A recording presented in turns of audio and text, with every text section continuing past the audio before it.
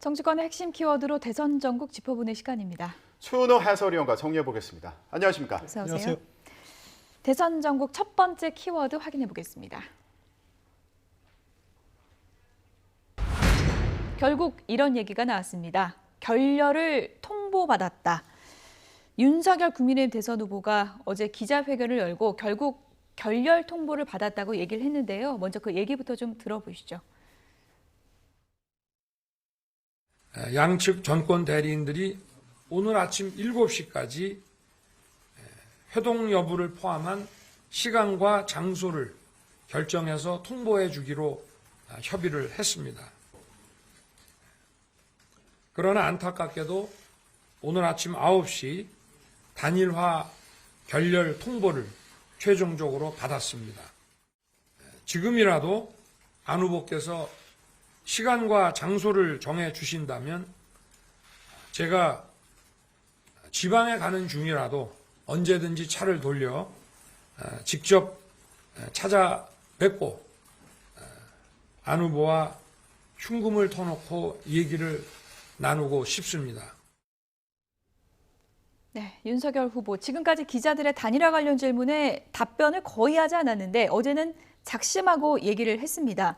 그러니까 얘기를 들어보면 지금까지 단일화 관련해서 양측에서 아주 긴 시간 동안 마라톤 협상이 있었다는 거죠. 그렇습니다. 예. 거의 한 석 주 동안 예. 단일화 협상이 물밑에서 일단 진행이 되어 왔다라는 것이 어제 확인이 되어 왔고요. 물론 이제 이야기는 다릅니다. 한쪽에서는 그 정권을 가진 협상팀이었다. 예. 또 안철수 후보 측은 그것이 아니라 그냥 무슨 이야기 하는지 한번 제안을 들어보고 그건 우리끼리 별도로 결정할 문제였다라고 입장은 갈리기는 했습니다만은 그 설 지난 이후로 거의 석 주 동안 예. 계속 물밑에서 협상이 진행돼 왔고 어느 수준까지 합의까지 이루어졌다라고 하는 것이 국민의힘 측의 설명입니다. 네, 윤석열 후보 측에서는 이 협상 내용에 대해서도 또 공개하지 않았습니까? 그렇습니다. 일단 최종안을 토요일 날 오후까지는 합의가 됐었다라는 거죠.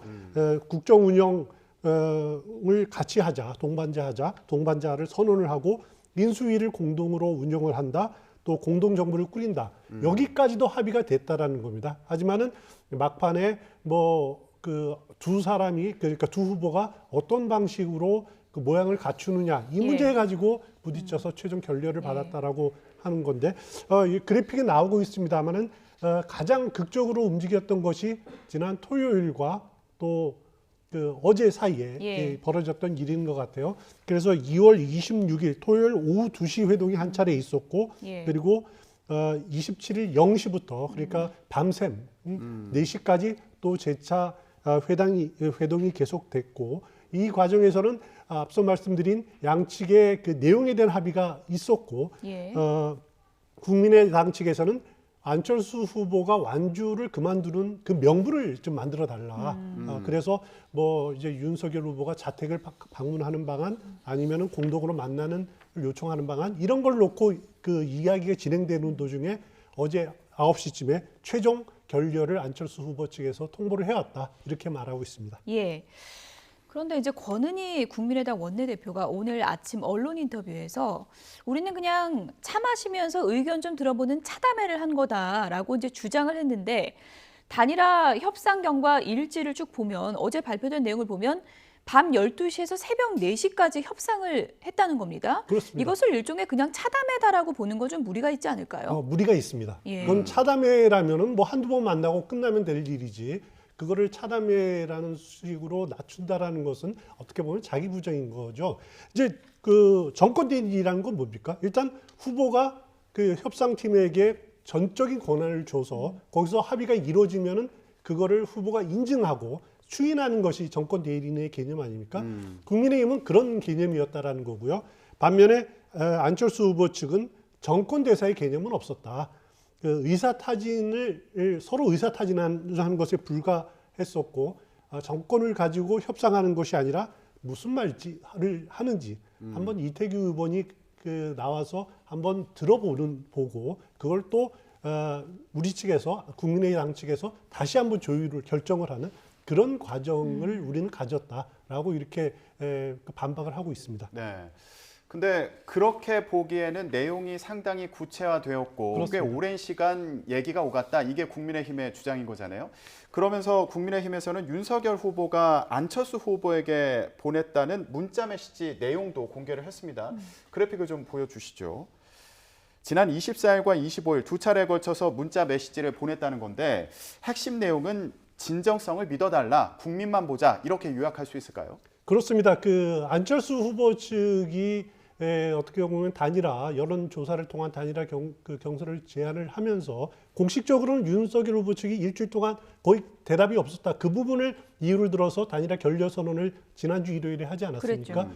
그러기 위해서는 그 윤석열 후보 측이 안철수 후보를 설득하기 위해서는 자신이 이 단일화 협상, 단일화를 물밑 사전 접촉이 진정성이 있다. 자신은 단일화 문제를 진정성을 갖고 대할 거다. 그리고 안철수 후보가 말하는 그 국정의 운영에 대한 공동 운영에 나도 분명히 뜻이 있다. 예. 이런 것을 설득하고 보여주기 위해서 이런 문자를 보낸 내용인 것 같아요. 예. 하지만은 만약에 이게 그렇다고 단일화 협상이 결렬됐다고 해서 예. 이렇게 문자 메시지를 공개하면서 나는 진정성 있는데 당신은 왜 그걸 못 받아들이냐라고 거칠게 대응할 필요가 있을까? 예. 그 부분에 대해서는 좀 지나친 게 아닌가라는 생각을 하지 않을 수가 없습니다. 네. 왜냐하면 결국 이 문제를 판단하는 것은 중도층이거든요. 보수층 떨어져 나간 보수층이 판단하는 것이 아니라 예. 중도층이 판단하는 건데 결국 이렇게 진실 공방이 뭐냐라고 흘러간다든가 또 그렇기 경우에는 중도층은 양측이 또 싸우는구나라는 식의 부정적인 이미지를 가질 가능성이 상당히 높습니다. 그래서 저는 선뜻 그 훌륭한 접근 방법은 아니지 예. 않느냐 개인적으로는 생각을 합니다. 일단 우리는 이렇게 이제 노력을 해왔다라는 것을 보여주기 위한 발표가 아니었나 이제 그런 생각을 그렇습니다. 드는데 그런데 이제 궁금한 건 안철수 후보의 속내입니다.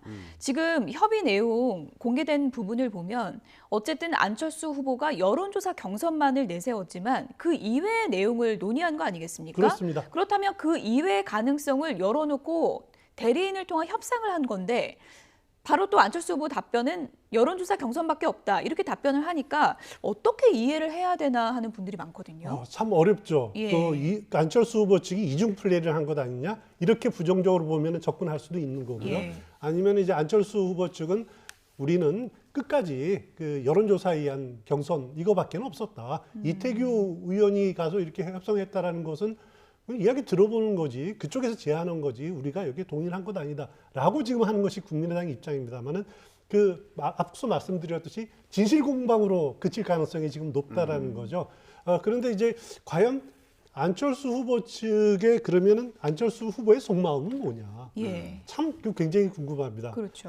뭐 정확하게 마음속을 들어가지 몰라서 모르겠지만 처음 그 후보 단일화를 위한 여론조사를 강하게 주장하는 것은 보면은 이게 안철수 후보가 지지율 약세에도 불구하고 그동안 그래도 정권 교체 이야기는 해왔기 때문에 예. 자존심을 좀 살려주면은 좀 이렇게 같이 그 단일화 협상에 임하고 정권 교체 대열에 합류하지 않을까라고 하는 기대감이 상당히 국민의힘 측은 있었던 건 사실인데요. 어떻게 보면 만약에 이중 플레이라면은 그게 아니다. 나는 끝까지 간다. 그래서 지금은 당선이 안 되더라도 이번 선거에서 당선이 안 되더라도 예. 제3지대로 살아남아서 다음을 또 한번 노리겠다.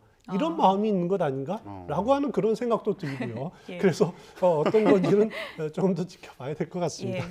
지금 해석이 여러 가지 나오고 실제 속마음이 뭔지 정말 모르겠다 이런 의견들도 많은 것 같은데 그러면 이런 상황이 양측에 어떤 영향을 미칠지 이것도 참 궁금해요. 일단 그 안철수 후보 측은 지금 그동안 제3지대 후보가 우리나라 대통령 선거에서 나름대로 표를 상당히 받아왔던 건 사실입니다. 예를 들어서 정주영 그리고 이인재 또 이회창 후보도 세 번째 나왔을 때는 무소속으로 나오지 않았습니까? 이런 후보들이 받은 표가 한 15% 내외 정도 되거든요. 그러니까 제3지대를 선호하는 우리 국민의 유권자가 충분히 존재한다라는 거죠. 그것을 지난 10년 동안 안철수 후보가 선점으로 해왔는데 안철수 후보는 어찌됐든지 간에 뭐 이번 선거가 양 진영이 아주 그 격렬하게 맞서는 선거지만은 제3지대를 선호하는 후보가 있기 때문에 비슷하게 한 최고 15% 내외 안팎을 얻지 않을까라고 하는 기대를 하고 있는 것 같아요. 예. 근데 그게 뭐 가능한지 여부는 좀 더 지켜봐야 될 것 같지만은 윤석열 후보 측으로서는 어차피 단일화 사자구도로 이번 경선이 선거가 치러진다는 것을 기정사실화할 필요가 있다. 예. 그래서 선거 전략을 서둘러서 지금이라도 그 수정할 필요가 있다. 예. 개인적으로 생각이 됩니다. 국민의당 내부 상황을 좀 더 이렇게 들여다보면요. 이런 얘기들이 나오고 있습니다. 사실 이태규 본부장이 그 서울시장 경선 단일화 협상 때도 대표자였잖아요. 그렇습니다. 그러니까 뭐 권한이 없는 사람이다 이렇게 얘기하기 무리가 있는 것 같은데 협상을 하고 나면 나중에 그 후에 영향을 미치는 사람들이 있는 게 아닌가. 그래서 예를 들어서 부인 김미경 씨의 그 의견이 반영된 건가? 이런 추측도 있고요. 그리고 이제 권은희 원내대표가 또 이태규 본부장과는 생각이 다른 건가? 이런 또 분석도 있더라고요. 그 내부 속사정은 정확하게는 알 수는 없습니다. 예. 특히 김미경 씨의 영향력이 어느 정도 큰지는 뭐 정확히 뭐 추측만 할 뿐이지 예. 그 드러난 증거는 없는데 정황 증거는 몇 가지 있죠. 그러니까 안철수 후보가 처음 이제 선거 유세를 시작하기 전에 그 김미경 씨가 코로나 확진을 받았지 않았습니까? 예. 그래서 이제 떨어져 있는 동안에는 있다가 태어난 이후에 이제 어떻게 보면은 더 이상 기다리지 않겠다.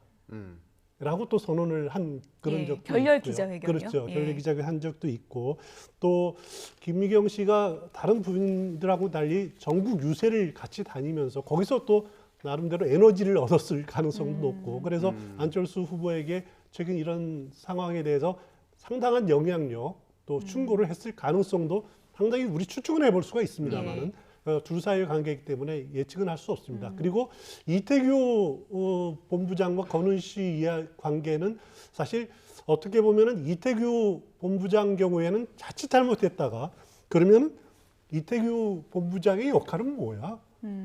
뭐 완전히 이용만 당하는 사람이야. 예. 나섰다가 언제 책임만 지는 사람이야. 이렇게 될 가능성도 있습니다. 예. 안철수 후보 주변에 사람이 별로 없습니다. 예. 과거 국민의당 같이 했던 사람들 다 떨어져 나가고 남아있는 사람이 몇 명 없는데 이태규 본부장마저 만약에 거기에 상처를 받고 거리를 둔다라면 안철수 후보에게는 굉장히 힘든 상황이 될 겁니다. 그런 부분들을 이제 안철수 후보가 리더로서 예. 잘 정리할 필요가 있겠죠. 네, 그러면 이 상황을 국민의힘에서는 어떻게 대응해 나갈지 이것도 궁금한데 윤석열 후보가 혹시라도 안철수 후보를 찾아가거나 접촉을 시도할 가능성은 없을까요? 저는 별로 없다고 봅니다. 찾아가서 이렇게 읍소를 하는 방법이 별로 바람직하지 않을 것 같고요. 국민의힘으로서는 이제 지금 상황을 앞서 말씀드렸듯이 사자구도를 현실화됐다라는 것을 인정하고 접근하는 방법밖에 없을 겁니다. 그러면은 누구를 이제 겨냥을 하느냐 이제 크게 두 가지 방향이 나타날 겁니다. 하나는 어떻게 보면 정권 교체를 원하는 사람들이 예. 안철수 후보보다는 윤석열 후보로 결집되는 양상이 나타날 수도 있고요. 또 반대 측면이 뭐냐면은 그동안 문재인 정부에 실망을 했던 이제 나름 과거의 개혁적인 사람들이 예.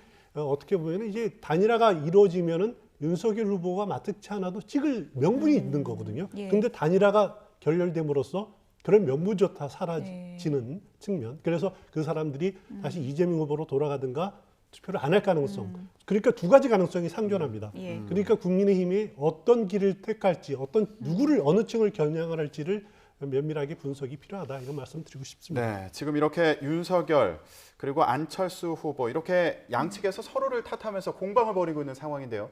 민심은 이 상황을 어떻게 보고 있을까요? 다음 키워드 보여주시죠.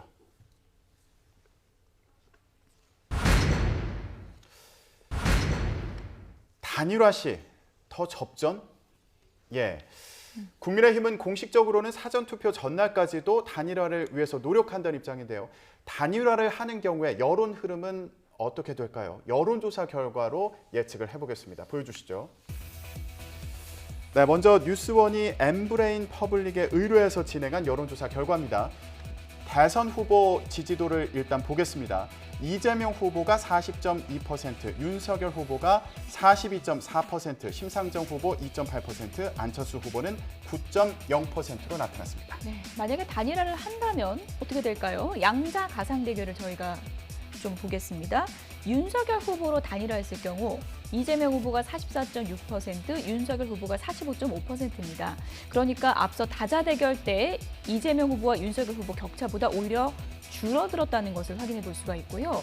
안철수 후보로 단일화됐을 경우를 상정해보면 이재명 후보가 40.2%, 안철수 후보가 41.7%였습니다. 네, 지금 두 가지 조사 결과를 비교해서 보면 다자대결을 했을 때 비교해서요. 단일화를 한 경우에 오히려 격차가 줄어드는 것으로 나타났습니다. 그러니까요. 그렇습니다. 예. 근데 이제 큰 차이가 워낙 많지는 않아가지고 여론조사 통계학적으로는 그렇게 이렇게 의미를 부여할 만한 차이는 아닌 것 같아요. 그리고 이 여론조사가 25일과 26일 금요일, 토요일 진행된 겁니다. 그렇기 때문에 어제 상황은 반영이 안 됐다라는 측면이 있고요. 이제 지금 만약에 이제 단일화가 사실상 결렬이 됐지만은 지금 상황에서 만약에 극적인 반전이 일어나서 단일화가 됐다라고 예. 했을 경우에 아름다운 단일화는 아니거든요. 아름다운 단일화는 아니고 그렇기 때문에 컨벤션 효과가 그다지 없을 거다. 저는 개인적으로 그렇게 보고요. 단일화에 대한 컨벤션 효과는 이미 지난주에 반영이 됐었고 또 그것이 결렬됨으로써 지난주에 또 빠졌고 그렇기 때문에 이미 다 반영이 된 상황이다. 예. 그래서 단일화가 이제 더 이상 중요한 표심에 미치는 영향은 별로 없을 거다. 저는 개인적으로는 그렇게 봅니다. 국민의힘의 고민은 이런 부분이 있을 것 같아요. 이번 대선 지금 어차피 큰 차이 안 날 거다 이런 예상이 많잖아요. 그렇습니다. 그러니까 진짜 한 몇십만 표 차이 승부가 될 수도 있는데 여기서 뭐 단일화 컨벤션 효과가 많이 떨어졌다고는 하지만 그래도 합치는 게 조금이라도 나은가 아니면 안 하는 게 나은가 이 계산이 복잡할 것 같거든요. 그렇죠. 아무래도 예. 단일화를 하면 구도 자체가 예. 4자 구도에서 이제 3자 구도, 양자 구도로 바뀌니까 구도의 효과를 보는 거죠. 그리고 뭐 크다란 아름다운 단일화가 아니기 때문에 컨벤션 효과는 별로 누리지 못하지만은 그래도 안철수 후보가 만약에 같이 두 사람이 같이 공동 유세를 한다든가라고 예. 하면은 나름대로 거둘 수 있는 것은 있을 겁니다. 하지만은 거기에 지금 신경을 쓰고 주력하기에는 시간이 얼마 안 남았고 그렇죠. 에너지가 아깝다는 거죠. 예. 그리고 이제 주 공략층이 그동안 이제 문정부에 실명을 해서 이탈한 중도층 이것을 잡는데 주력할 때다. 그 표를 한 10만 표, 20만 표 돌리는 것이 키가 돼야지 단일화에 매달려서 거기서 또 실패를 했을 경우 또 다시 이탈하는 그런 과오를 범하는 것은 전략적 미스가 아닌가 개인적으로는 그렇게 생각합니다. 근데 왜냐하면은 국민의힘이 최근에 선거 전략을 보면은 보수층을 결집하는 데서 치중을 합니다. 예. 그리고 두 번째는 호남에 치중을 하죠. 상대방 텃밭을 공략하는 데 치중하는데 이런 전략으로는 단일화 결렬 이후에 중도층 공략을 그렇게 나이스한 전략이 아니다라는 거죠. 오히려 지금은 서울과 경기, 인천 이 수도권 공략에 집중하는 식으로 방향을 전환할 때가 아닌가 개인적으로는 예. 생각합니다. 네, 그러니까 민심 같은 경우에도 단일화 얘기가 계속 오가는 거에 대한 좀 피로도를 느끼는 경우도 있을 수 있어 보여요. 그렇습니다. 어떻게 보세요? 그렇습니다. 필요도 있고 이미 앞서 말씀드렸듯이 많은 여론조사에 이미 반영이 됐다가 또 빠졌다고 하는 부분들을 한 차례 겪었기 때문에 마지막 단일화 합의가 되면은 물론 나쁠 건 없을 겁니다. 하지만은 그다지 극적인 여론의 변화는 있기는 어려울 거다. 예. 그렇기 때문에 그 에너지를 오히려 중도층을 공략하는데 더 치중할 필요가 있다. 그런 예. 생각입니다. 사전 투표는 이제 이번 주 금요일에 금토 이렇게 이루어지고요. 그리고 대선은 9일밖에 남지 않았습니다. 지금 여론 흐름 어떤지 살펴보겠습니다. 네, 여론조사 보면은 계속 접전이 펼쳐지고 있습니다. 리얼미터 조사에서요. 이재명 후보가 41%, 그리고 윤석열 후보가 46.1%, 심상정 후보 2.5%, 안철수 후보는 7.9%입니다. 네, 다음 조사 결과도 보시죠. 네, 이번 조사에서는 이재명 후보가 39.8%, 윤석열 후보가 39.8%, 두 후보가 같은 지지도를 나타내고 있습니다. 심상정 후보가 3.1%, 안철수 후보는 8.2%로 나타났습니다. 네. 이번 대선은 정말 예측에 불가능하다는 얘기를 전문가들이 많이 하더라고요. 그렇습니다. 보통은 뭐 설 때 조사, 뭐 며칠 전 조사가 맞는데 하도 등락이 심하니까. 근데 지금 상황은 양 진영이 결집할 대로 결집했다 이렇게 볼 수 있죠. 그렇습니다. 예. 일단 양 진영이 다 결집할 대로 결집했다. 그리고 남아 있는 것은 그 샤이 이재명, 샤이 윤석열이 있느냐. 이제 그런 차이. 그리고 중도층 남은 중도층을 어떻게 공략하느냐 그 차이입니다. 지금 그 리얼미터 여론조사가 나타나는데 리얼미터 이 여론조사는 26일과 27일 그러니까 네. 어제 오전까지 상황이 반영이 일부 돼 있는 상황인데 리얼미터 여론조사는 그래도 5.1% 포인트로 윤석열 후보가 앞서 오차범위 내지만은 예. 앞서는 걸로 나타나고 있는데 이 조사는 ARS입니다. 기본적으로 유선 5%, 무선 95% ARS 방식으로 진행이 됐고 여러 번 말씀드립니다만은 ARS 조사는 통계 그 경향상 윤석열 후보가 높게 나타나는 정치 고관여층의 응답이 많다라는 것은 예. 지금까지는 드러나 있는 거고 요즘 나타나고 있습니다. 그 반면에 한국 리서치가 한 KBS의 의뢰로 받은 여론조사 결과에는 양측이 동률로 나타나지 예, 않습니까? 소수점까지 동률은 저는 그렇습니다. 이게 굉장히 보기 굉장히 드문 건데. 39.8, 39.8 예. 똑같이 나오는데 이 여론조사는 100% 무선 전화 안심 번호를 이용한 그 전화 면접원 조사입니다. 예. 전화 면접원 조사는 윤석열 후보가 상대적으로 ARS에 비해서 낮게 나오는 그런 경향성을 보여왔기 때문에 이번에도 이런 조사가 또 나타났다라는 점을 말씀드릴 수 있고요. 지금 상황은 냉정하게 보면은 두 후보가 거의 같다라고 보시면 될 것 같습니다. 예. 네, 소수점까지 똑같이 나오는 접전 양상을 예. 보이기도 하는데 그렇다면 앞서서 윤석열 후보와 안철수 후보가 만약에 단일화를 하더라도 큰 컨벤션 효과는 기대하기 어려울 수도 있다 이런 분석을 해주셨는데 그렇습니다. 그렇다면 앞으로 남은 변수가 있다면 뭐가 있을까요? 일단 이제 단일화 부분이 뭐 만약에 이루어진다 그래도 그 변수가 있을 수가 그 연수가 될 수가 있겠죠. 하지만 이제 막판에 들수록 주의한 것은 단일화 효과도 사라지고 이러면 결국 중요한 건 뭐냐면은 인물입니다. 예. 누가 제대로 된 그 사람들의 지지를 받을 인물이 있느냐. 그 중도층에게 호소력을 미칠 수 있는 것이 지금 아무리 비호감 대선이라 그래도 누가 그래도 덜 비호감이냐. 누가 그래도 이 나라를 조금 더 옳은 방향으로 이끌 수 있느냐. 이런 인물 대결로 갈 가능성이 많거든요. 그러면은 이제 여기서 후보들이 말실수한다라든가 예. 뭐 여러 가지 리스크는 다 드러났으니까 예. 이제부터 말실수 조심을 해야 되고 언행을 예. 삼가할 필요가 있다. 개인적으로 생각합니다. 남은 토론회도 이제 변수 가운데 하나가 될 텐데 지난 외교안보 토론회에서도 여러 가지 후보들의 발언이 논란이 되기도 했죠. 다음 키워드 보겠습니다.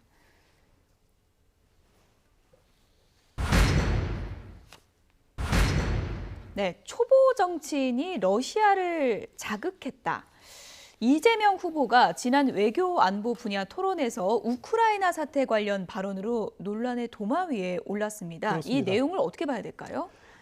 일단 왜 저렇게 발언을 할까 저도 굉장히 의아한 발언 중에 하나였는데 이재명 후보가 러시아를 침략자로 규정한다기보다도 일단 러시아 우크라이나 사태를 초보 대통령 탓으로 이렇게 탓을 했어요. 그러니까 정치 경험 부족한 윤석열 후보를 겨냥을 해서 예. 연관짓기 위해서 초보 정치인으로 이렇게 규정을 해서 우크라이나 사태가 그렇게 벌어진 것처럼 듣기에 따라서는 그렇게 받아들일 수 있는 표현을 했습니다. 여기 이런 게 논란이 되니까 이재명 후보가 페이스북에 해명글을 올렸죠. 본의와 다르다, 표현력 부족하다.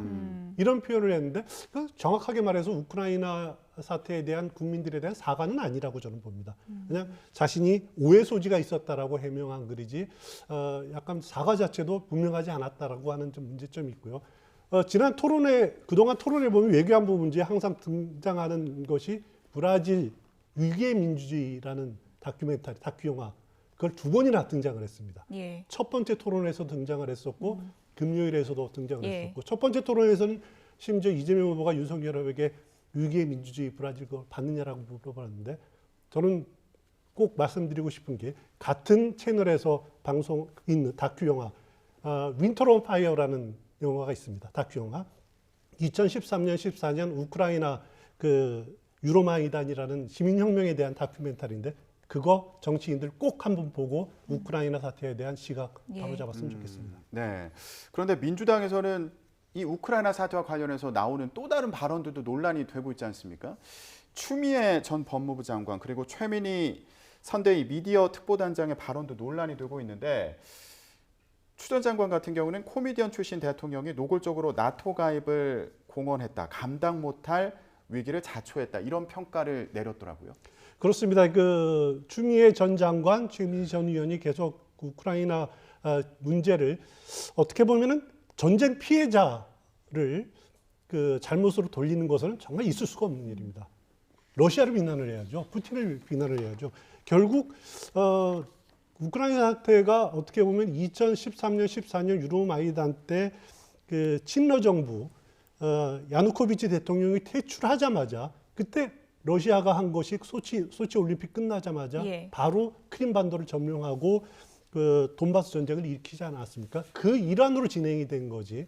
그 이런 잘못을 그 피해자한테 전쟁 피해자한테 돌리고 당신들 잘못이다라는 것은 그 정치인들이 할 말이 아니다. 의도는 이제 윤석열 후보가 초보 정치인이라는 점을 부각하려고 했지만 비판의 내용은 국민 정서에는 좀 맞지 않다 이렇게 보시는 그렇습니다. 건가요? 예. 그런가 하면 윤석열 후보가 외교안보 토론회에서 했던 발언도 민주당의 거센 공격을 받았습니다.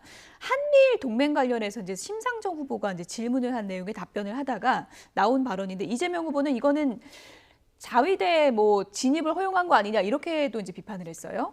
일단 윤석열 후보가 저는 이 한미일 군사 동맹 발언에 대해서 일단 오해 살 소지를 줬다. 뭐냐면은 특히 한미일 군사 동맹, 특히 일본과의 군사 동맹의 가능성에 대해서는 칼로 이렇게 칼을 자르듯이 명확하게 아니다라는 표현을 분명히 했어야 됐습니다. 예. 특히 이것은 국민 정서의 문제도 있고 또 현실적으로도 올바른 방향이 아니기 때문에 예. 하지만 윤석열 후보는 계속 유사시에 뭐 들어올 수도 있는 거지만은 그거를 전제로 하는 동맹은 애매한 표현을 그 공격받을 소지를 뒀다라는 점에서 예. 윤석열 후보 측의 그 발언 자체가 문제가 있는 발언은 틀림없는 사실입니다. 예. 하지만은 그것을 그 민주당 측에서 일본군 자위대가 한반도에 들어온다라는 것을 기정사실화하는 것은 또 어떻게 보면 지나친 공격을 위한 공격이다 이런 측면도 존재하고 네. 있는 것 뭐 같습니다. 단정적인 표현은 아니었다 이렇게 해석하시는 건가요? 그렇습니다. 단전적인 표현은 아니었는데 예. 정치를 한 지 얼마 안 되는 사람의 능숙하지 못한 표현이다. 저는 개인적으로는 그렇게 생각을 합니다. 네. 자, 이런 발언들이 앞으로 아까 말씀하신 것처럼 중도층이나 아니면은 결정을 아직 하지 못한 그런 유보층에게는 또 영향을 미칠 수 있지 않을까 싶어요. 그렇습니다. 그 이제는 중도층이 어떤 마음을 가지느냐, 그 개인 후보에 대해서 어떤 판단을 하느냐가 굉장히 중요할 때입니다. 전에 또 한번 말씀드린 적이 있는 것 같은데 이번 투표율이 한 77% 되면은 1.5% 포인트 격차가 벌어지면 한 50만 표로 그렇군요. 결정이 되는 겁니다. 예. 상당히 많지 않은 표거든요. 지금 중도표가 한 10만 표, 20만 표 움직인다라고 하면은 예. 상황이 뒤바뀔 수 있는 거죠. 그렇군요. 그러니까 지금부터 투표일까지의 관리가 굉장히 중요한 시점이다. 예. 이런 말씀 드리고 싶습니다. 앞서서 얘기해 주신 것처럼 어느 후보든 이제부터는 말조심이 상당히 좀 중요해지는 시점이 아닌가 싶습니다. 지금까지 추은호 해설위원이었습니다. 고맙습니다.